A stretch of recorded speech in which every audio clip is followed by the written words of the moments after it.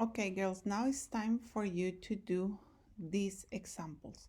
So what I'm going to be doing is I want you to pause and try to solve it and then watch the video.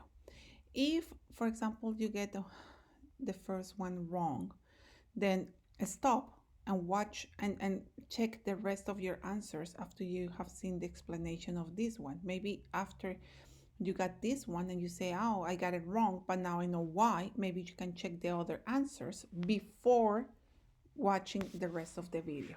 Okay, so we're going to do those examples here.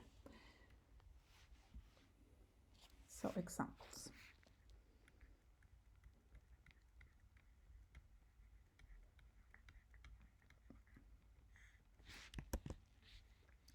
So it says, state whether the following are terms, expressions, or equations.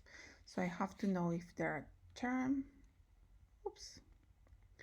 or expression, or an equation. Wonderful. So in the first one, I have 3x. Because it's 3x, therefore this one is going to be a term. Agree? Wonderful. Now, b, because I only have one term here. Agree? You might be getting confused here and say, oh, Miss Ochoa, you said here that y was also an expression here. Yes, I know.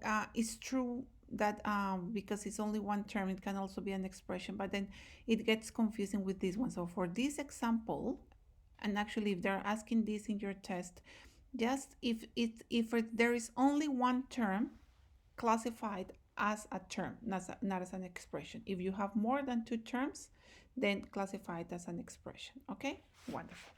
So I have here a term. Now b, I have one term here and another term here, and they're being subtracted. Therefore, this one is an expression. So b is an expression.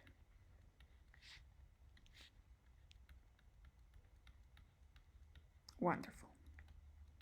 Now let's look at c. We have a term, another term, and an equal sign. As soon as I see the equal sign, I know that it's going to be an equation. So this one is an equation.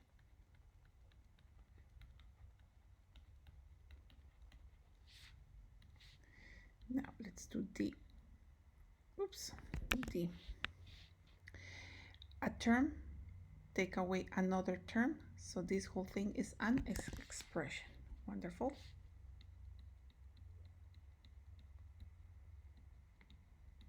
And then E.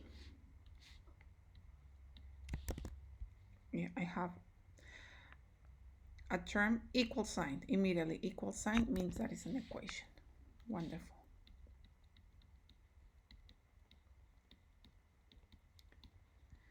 And now, even though it's not asking us, but we're going to do it. What is the coefficient of this term? 3. Perfect. What is the coefficient of this term that I have here? 4. Wonderful. What is the coefficient of this term? -5. Sorry, what is the coefficient of this term here? Actually, there is no coefficient here because why? We call this one a constant because it doesn't have a pronumeral. Okay, so what is the constant here? -5. Agree? Wonderful. What is the coefficient here? 7. Wonderful. What is the coefficient here? I don't have a coefficient here. I have a constant term that is -2. Agree? What is the coefficient here? I don't have a coefficient here. I have a constant term that is 12. What is the coefficient here? The coefficient is 4. What is the coefficient here? I don't have a coefficient here because this is a constant term that is -3. What is the coefficient here? I don't have a coefficient here. I have a constant term that is 4. What is the coefficient here?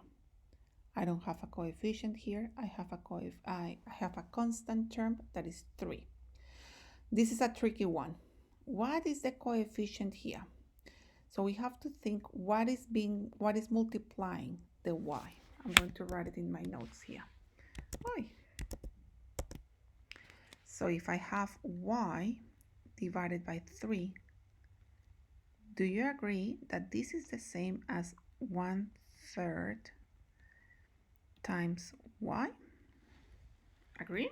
1/3 times y, because if I do that, if I do this multiplication, remember that y is like y over 1, so 1 times y is y, and 3 times 1 is 3. So what is the coefficient? The coefficient is 1/3. That was a tricky one. So the coefficient of this term here is 1/3. Wonderful, girls.